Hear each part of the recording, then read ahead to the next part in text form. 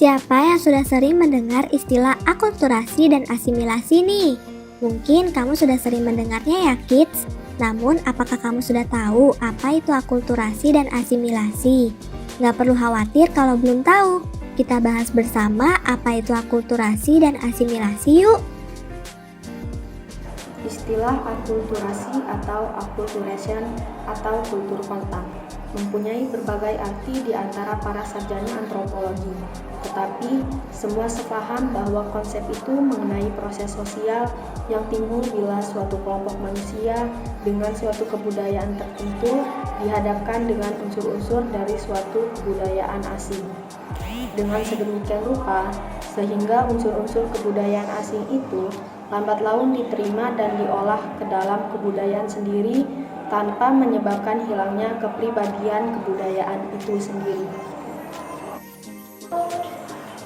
Penelitian sekitar masalah akulturasi timbul dalam lapangan ilmu antropologi kurang dari setengah abad yang lalu. Sebelumnya, banyak sarjana antropologi seringkali tertarik akan kebudayaan suku-suku bangsa di luar Eropa yang seasli mungkin belum terkena pengaruh kebudayaan Eropa Amerika yang belum terkena pengaruh zaman baru. Keempat, bagian dari masyarakat yang terkena pengaruh unsur kebudayaan asing. Kelima, reaksi para individu yang terkena unsur-unsur kebudayaan asing. Dalam hal ini, peneliti harus menggunakan metode-metode penelitian sejarah, atau paling sedikit minta bantuan para ahli sejarah.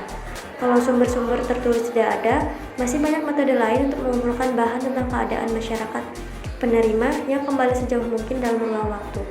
Misalnya dengan mewawancarai orang tua dalam masyarakat yang masih mengalami zaman yang lampau.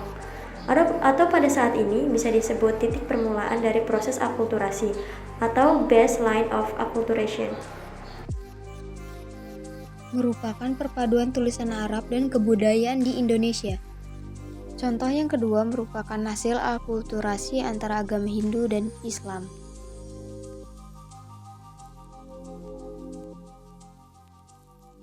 Asimilasi adalah proses sosial yang timbul bila ada golongan-golongan manusia dengan latar belakang kebudayaan yang berbeda-beda, saling bergaul langsung secara intensif untuk waktu yang lama, sehingga kebudayaan dan golongan-golongan tadi masing-masing berubah sifatnya yang khas, dan juga unsur-unsurnya masing-masingnya berubah wujudnya menjadi unsur kebudayaan campuran. Tari Lenong merupakan hasil asimilasi antara budaya Betawi dan Cina. Sekaten merupakan hasil asimilasi budaya Jawa dan Islam.